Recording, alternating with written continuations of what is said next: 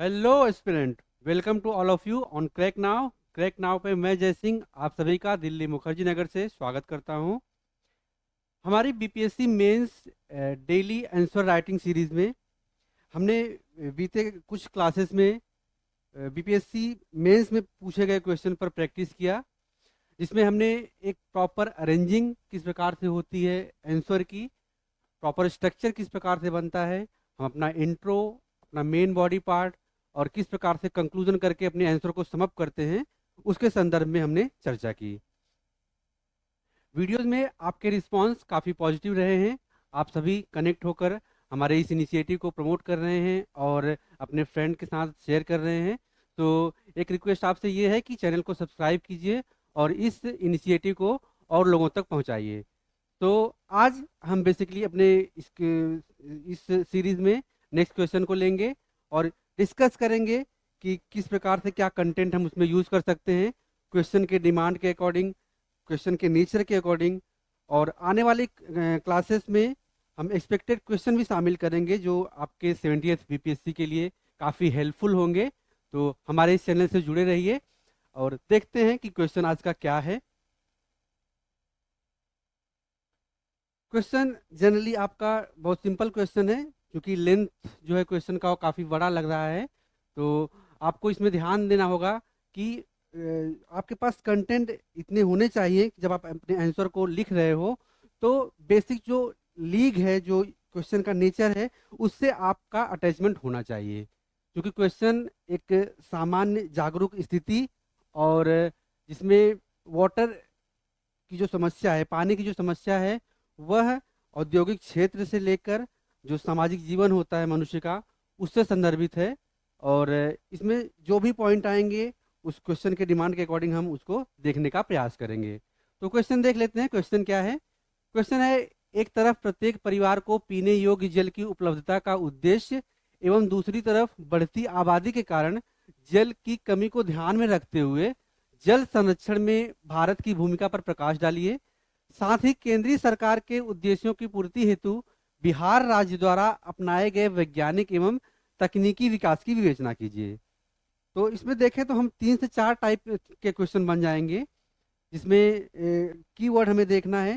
जिसमें पहला आपका है कि पानी की उपलब्धता और उसके आंकड़े क्या हैं, उस पर हमारी भूमिका रहेगी क्वेश्चन की। पानी की उपलब्धता और उसकी उपयोगिता। इसमें एक कंसर्न दिखाया गया हुआ है, बढ़ती आबादी।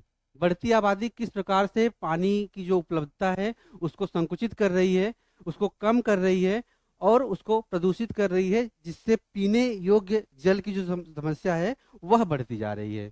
तो पीने योग्य जल की उपलब्धता और साथ ही बढ़ती आबादी। फिर इसमें आपसे सोल्यूशन पूछा जा रहा है कि जल संरक्षण के लिए क्या प्रयास किए जा रहे हैं, और जो प्रयास हैं वह भारत सरकार की भूमिका और साथ ही बिहार सरकार द्वारा किस प्रकार की तकनीकी का इस्तेमाल किया जा रहा है, उसके संदर्भ में आपको अपने आंसर की फॉर्मेटिंग करनी है।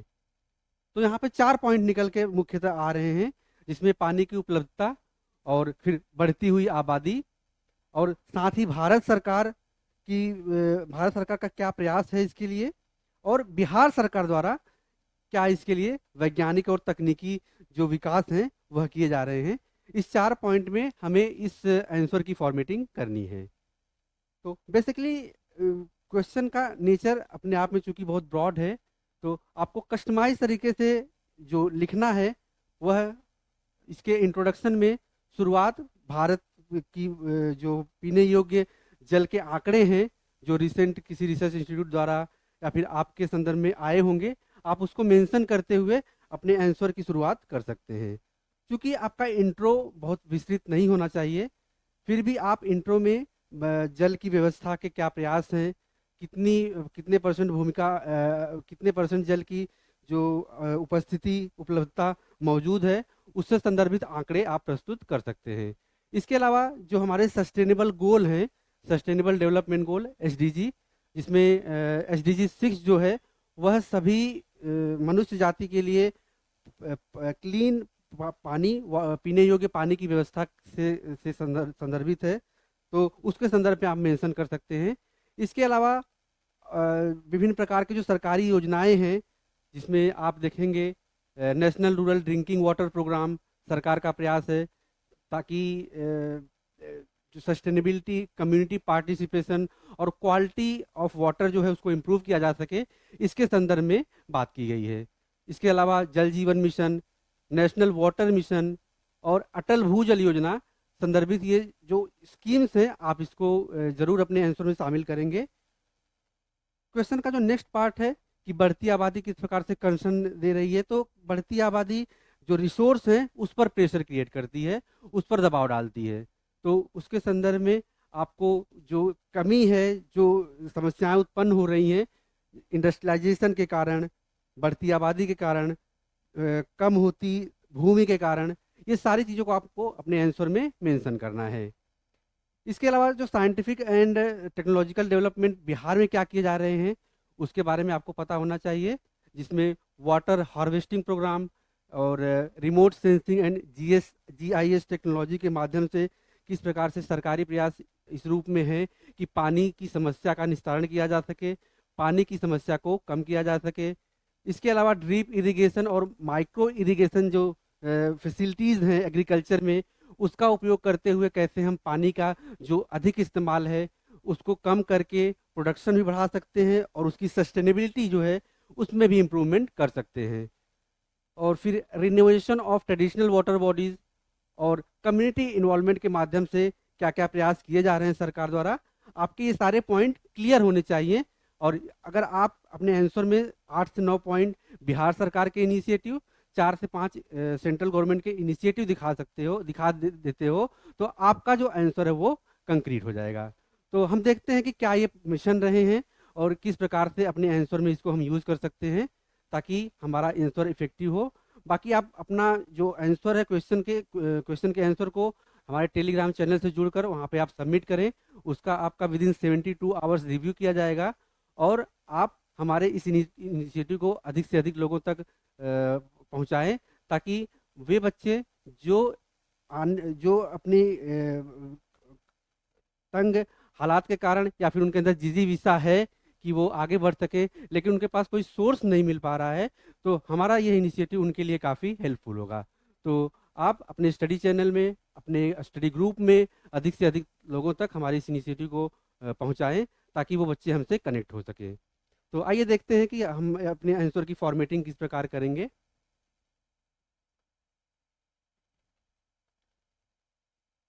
क्योंकि यहाँ पे 4 पॉइंट जो हमने देखे हैं, उस 4 पॉइंट को आधार बनाते हुए जो पानी की उपलब्धता है, उस पानी की उपलब्धता और उसकी समस्या, समस्या मुख्यतः यहाँ पे बढ़ती हुई आबादी है। तो बढ़ती हुई आबादी का फोकस किस प्रकार से क्या क्या डिस्ट्रीब्यूशन करता है, कहाँ कमी लाता है, उस पर एक नज़र डाल लेते हैं।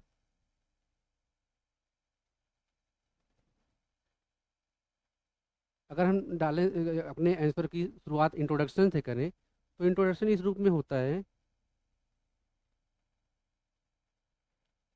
कि रिसेंटली डाटा ये कहता है,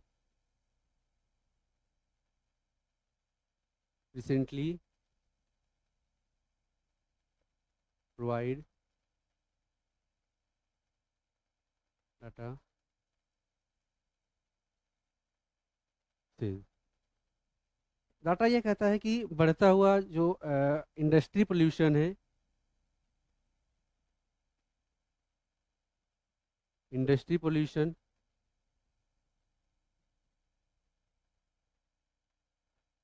पेड़ों की कटाई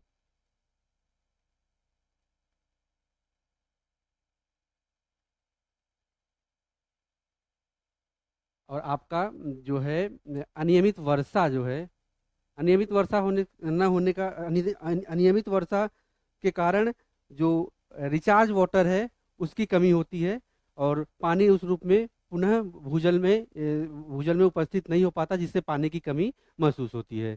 तो अनियमित वर्षा पैटर्न,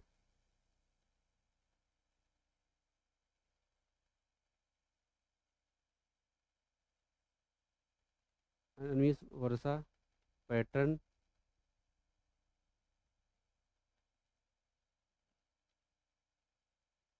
रिसेंट जो डाटा बता रहे हैं कि ये सारी समस्याएं हैं क्योंकि इनका अगर आपसी संबंध देखें तो बढ़ता हुआ जो मानवीकरण है, बढ़ता हुआ जनसंख्या है, वह इससे डायरेक्टली संबंधित है। क्योंकि मनुष्य की आवश्यकताओं के लिए वह किसी न किसी काम से संबंधित होता है, और एक राष्ट्र के विकास के लिए जो इंडस्ट्रियल डेवलपमेंट है उसकी भूमिका काफ़ी महत्वपूर्ण होती है। तो इंडस्ट्रियल पोल्यूशन इस रूप में होता है कि नंबर ऑफ इंडस्ट्रीज बढ़ते हैं, और जिससे वह जो फर्टिलाइज जो एक उपयोगी भूमि होती है उसको काट कर वहाँ पर इंडस्ट्री का निर्माण किया जाता है। पेड़ों की कटाई मुख्यतः रहने के लिए, आवास के लिए और विभिन्न प्रकार के इंडस्ट्री को स्टेब्लिश करने के लिए पेड़ों की कटाई की जाती है। इन सब का प्रभाव अनियमित वर्षा पैटर्न के रूप में सामने आता है, जिसमें कभी वर्षा कम, कभी वर्षा ज़्यादा। तो इस प्रकार से आप कहीं सूखा देखेंगे, कहीं पे बाढ़ की स्थिति देखेंगे, ये सारे पैटर्न क्रिएट होते हैं। तो यह बढ़ती हुई जनसंख्या को दर्शाता है, बढ़ती हुई जनसंख्या की जो आवश्यकता है उसकी पूर्ति को दर्शाता है। बढ़ती हुई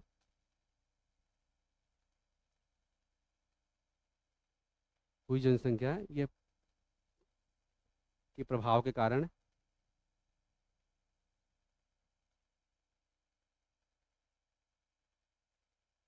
यह स्थिति उत्पन्न होती है।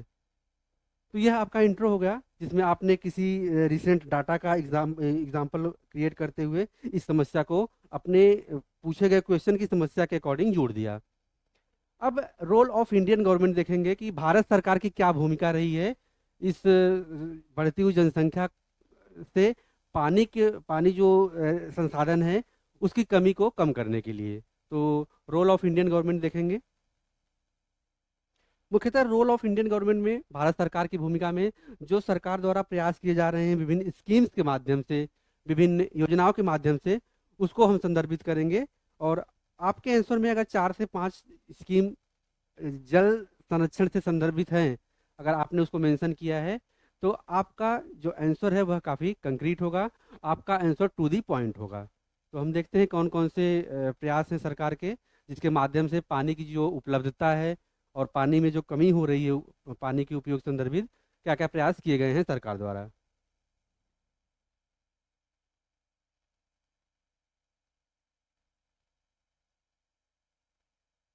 भारत सरकार की भूमिका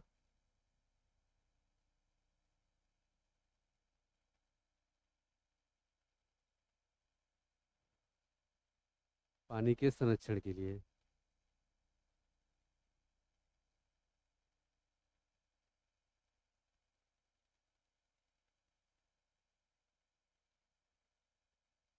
तो पहली योजना जो है national rural drinking water programme, national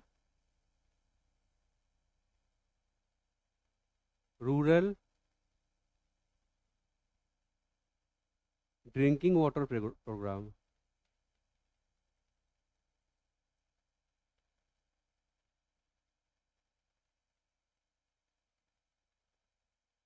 मुख्यतः इस योजना को यह योजना सेंट्रल स्पॉन्सर है, केंद्रीय प्रायोजित ये स्कीम मुख्यतः पानी की उपलब्धता को और पानी की जो सस्टेनेबिलिटी है, लगातार पानी उपलब्ध हो सके, कम्युनिटी डेवलपमेंट के लिए ग्रामीण क्षेत्रों में यह प्रयास किया जा रहा है। क्योंकि विभिन्न रिपोर्ट यह कहती हैं कि आने वाला जो समय वह काफ़ी क्रूशियल होगा पानी की उपलब्धता को लेकर ग्रामीण क्षेत्रों में। क्योंकि पानी का ग्रामीण क्षेत्रों में पानी जो भूजल दोहन होता है उसका अधिकतर इस्तेमाल खेती संबंधी कार्यों के लिए किया जाता है। तो इस संदर्भ में अगर हम देखें तो आने वाला समय पानी के लिए कई सारे क्षेत्रों में यह भी देखने को मिलता है कि पानी की काफ़ी कमी है, पर्याप्त कमी हो गई है। तो उस कमी को दूर करने के लिए सरकार द्वारा national rural development water programme centrally sponsored scheme आयोजित किया गया है, जिसमें राज्य सरकार मिलकर पानी संबंधित उस व्यवस्था को आयोजित करते हैं और पानी संबंधी जो समस्या है उसको दूर करने का प्रयास करते हैं।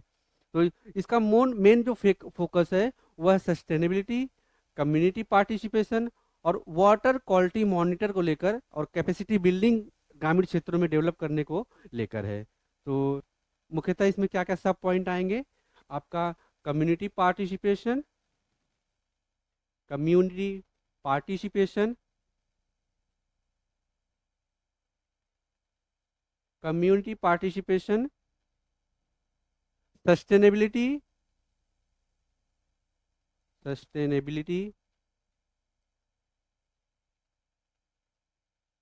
कम्युनिटी पार्टिसिपेशन, सस्टेन, इसे कहते हैं कि सामुदायिक सहभागिता। यह आपका है सामुदायिक सहभागिता।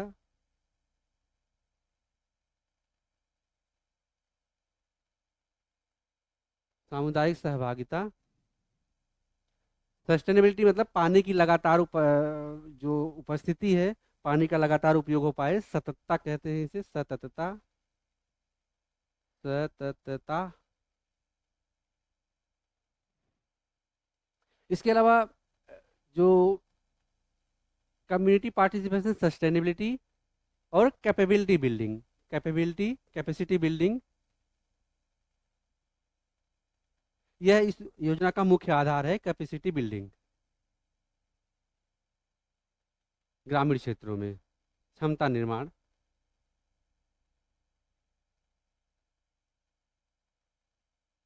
क्षमता निर्माण।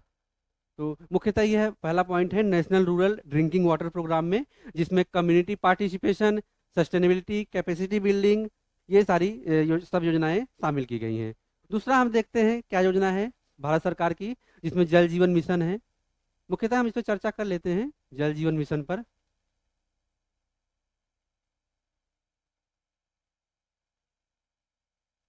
जल जीवन मिशन, जल जीवन मिशन मुख्यतः जो है 2019 में इसका प्रारंभ किया गया। और जो मुख्यतः इसका जो मुख्य उद्देश्य है 2024 तक सभी ग्रामीण क्षेत्रों में और सभी अर्बन क्षेत्रों में पाइप के माध्यम से जो एक पाइप वाटर अवेलेबिलिटी होता है उसको डेवलप करना, उसका आधारभूत संरचना तैयार करना है। तो जल जीवन मिशन का जो आरंभ है 2019 में किया गया, और इसका उद्देश्य जो है बेसिकली वह 2024 तक पाइप के माध्यम से,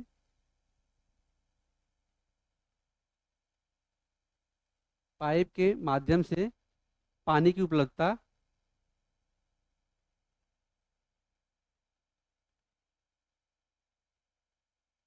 पानी की उपलब्धता ग्रामीण एवं शहरी क्षेत्रों में, ग्रामीण एवं शहरी क्षेत्रों में,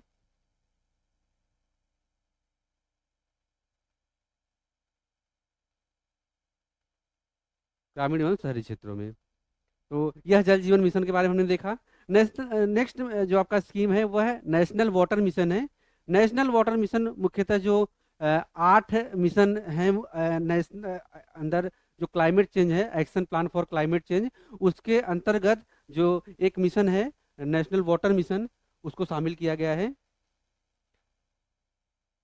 नेशनल वाटर मिशन,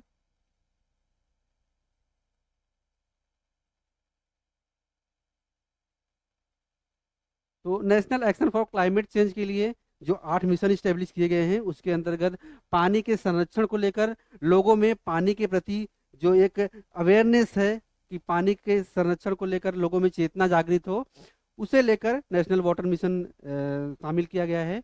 और यह योजना भारत सरकार की है, इसलिए आप इसे मेंशन करेंगे। बेसिकली यह है सस्टेनेबल वाटर मैनेजमेंट के लिए और वाटर यूज एफिशिएंसी, जिसमें वाटर कंजर्वेशन प्रोग्राम को शामिल किया जाता है। नेक्स्ट है आपका अटल भूजल योजना। अटल भूजल योजना,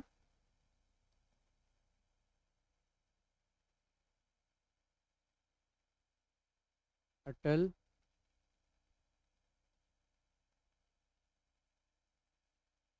भूजल योजना।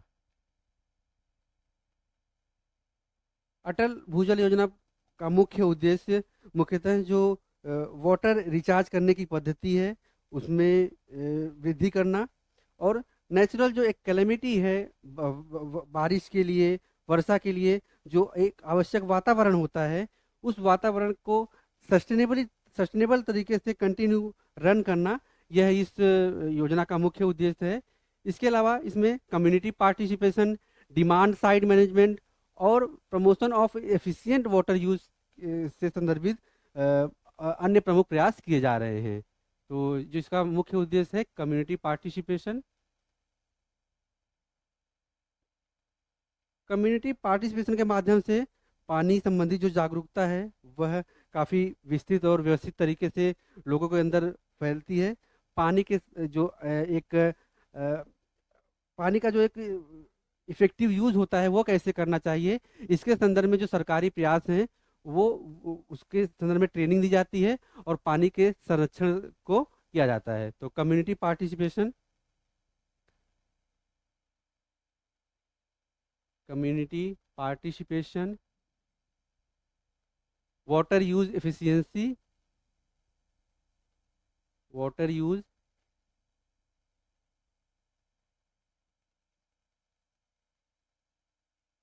Water use efficiency,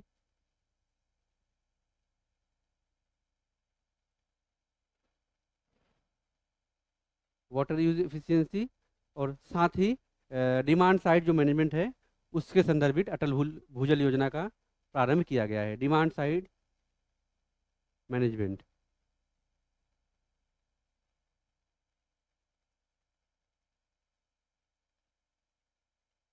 demand side management. तो यह जो प्रयास हैं बेसिकली सरकार, केंद्र सरकार द्वारा विभिन्न राज्यों में, जिसमें बिहार भी है, तो इसे नेशनल स्तर पर पानी संरक्षण संबंधी जो सरकार की भूमिका है उसे प्रायोजित करने का प्रयास किया जा रहा है, ताकि पानी से संबंधित जो बर्डन है उसको कम किया जा सके। अब देखते हैं कि क्या scientific and technological development Bihar में किए गए हैं और बिहार सरकार द्वारा प्रयास किए जा रहे हैं, उसको उसको देख लेते हैं। इसमें आप water harvesting structure, water harvesting structure क्या है?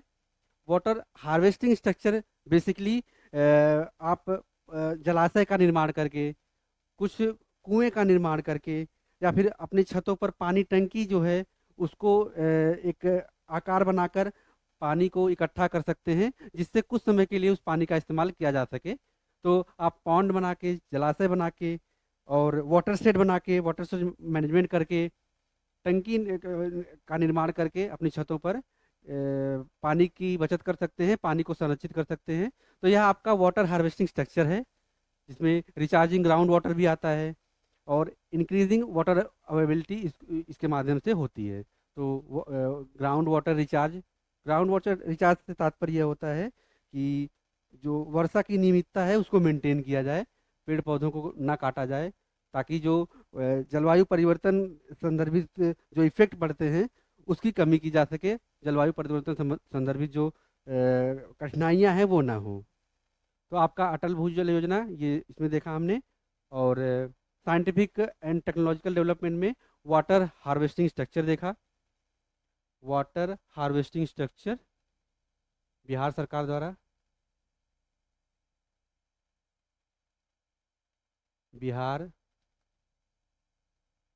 सरकार द्वारा पानी के संरक्षण के लिए, पानी के संरक्षण के लिए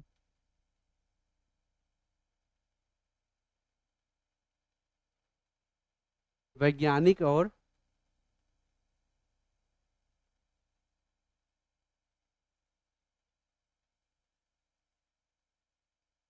तकनीकी उपाय।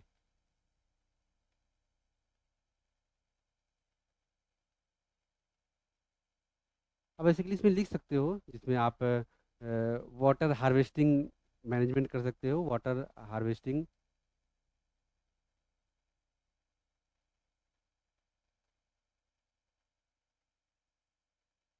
वाटर हार्वेस्टिंग, जिसमें आप पॉन्ड के माध्यम से, आप वाटर रिचार्ज के माध्यम से पानी संबंधी जो समस्या है उसको कम करने का प्रयास किया जाता है। Water recharge, water recharge. Next आपका है remote sensing and GIS technology, remote sensing and GIS technology,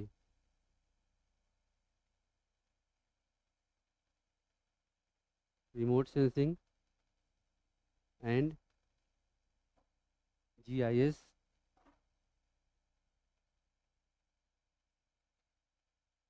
technology. Basically GIS जो है वह जियोग्राफिकल इंफॉर्मेशन सिस्टम है,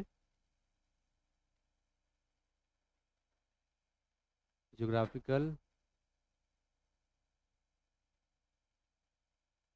information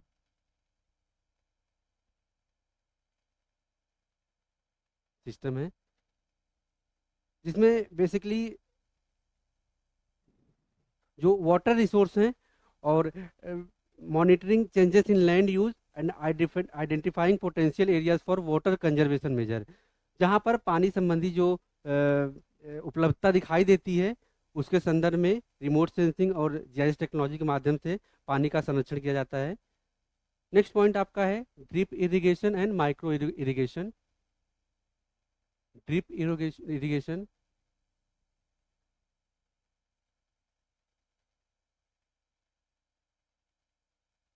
and micro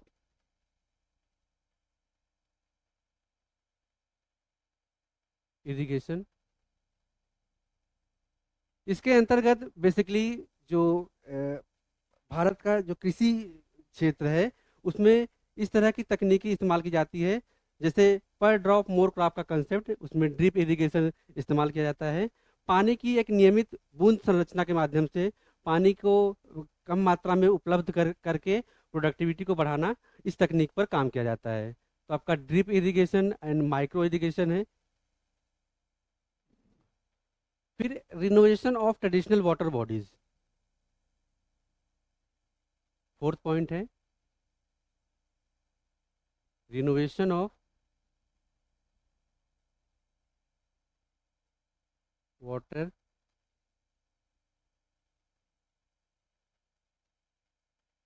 renovation of traditional water bodies.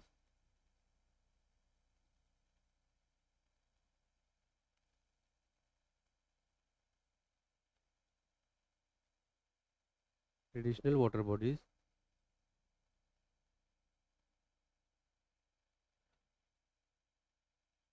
इसके अंतर्गत बेसिकली जो पॉन्ड्स हैं, जो हमारे जलाशय हैं,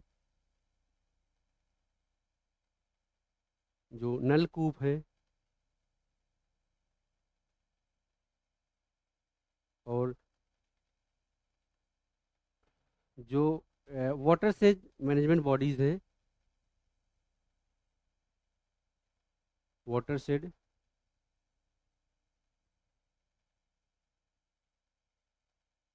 मैनेजमेंट बॉडीज,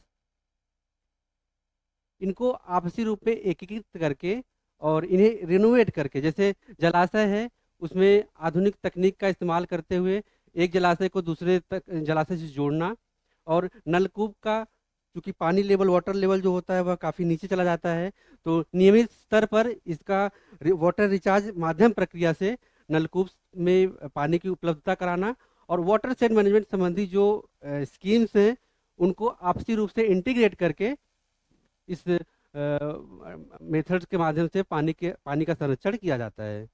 तो आपका ये हो गया renovation of traditional water bodies. और जो सबसे महत्वपूर्ण इसमें भूमिका होती है सरकार निभा रही है कम्युनिटी डेवलपमेंट के रूप में, कम्युनिटी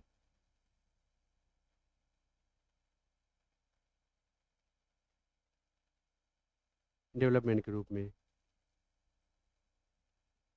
मुख्यतः पानी संबंधी जो एक कम्युनिटी पार्टिसिपेशन है, पानी के संबंधी जो संरक्षण है, वाटर कंजर्वेशन को लेकर विभिन्न ऑर्गेनाइजेशन, विभिन्न सेल्फ हेल्प ग्रुप काम कर रहे हैं, ताकि पानी का एक अनियमित तौर पर इस्तेमाल ना हो और आने वाले भविष्य के लिए इसमें जो पानी संबंधी जो खतरे विभिन्न इंस्टीट्यूशन द्वारा दिखाई जा रहे हैं उसमें कमी की जा सके।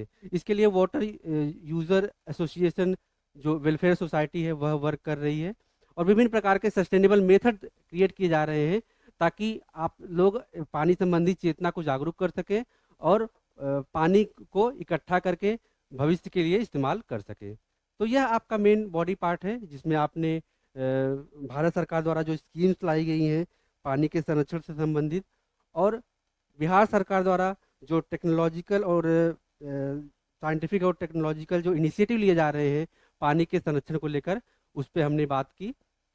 निष्कर्ष में मुख्यतः आप अपने निष्कर्ष में यह लिख सकते हैं,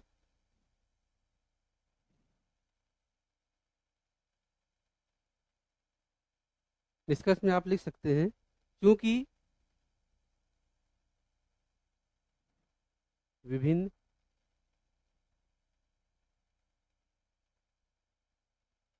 सरकारी प्रयास व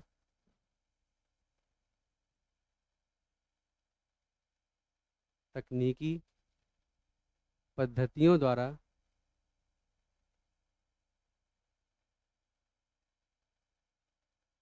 जल संरक्षण संबंधी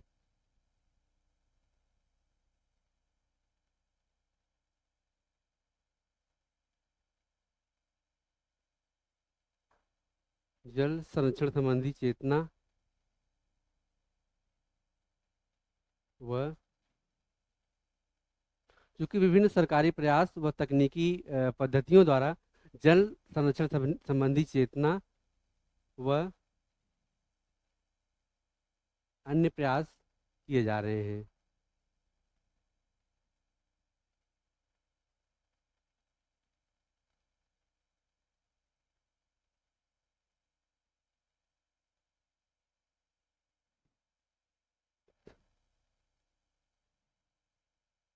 भारत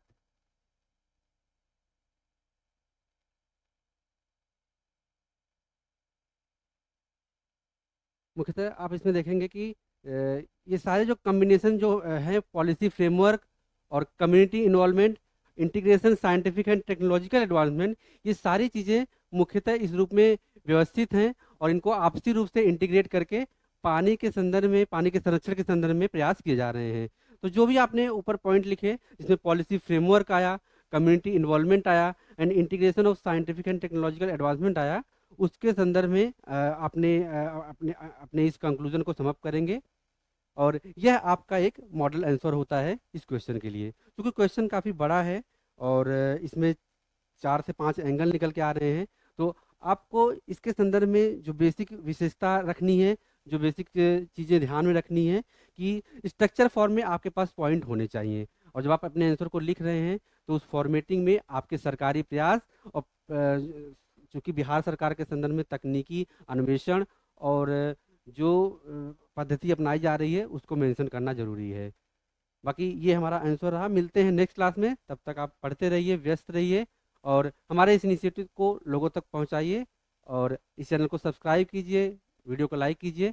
मिलते हैं नेक्स्ट क्लास में। Thank you so much.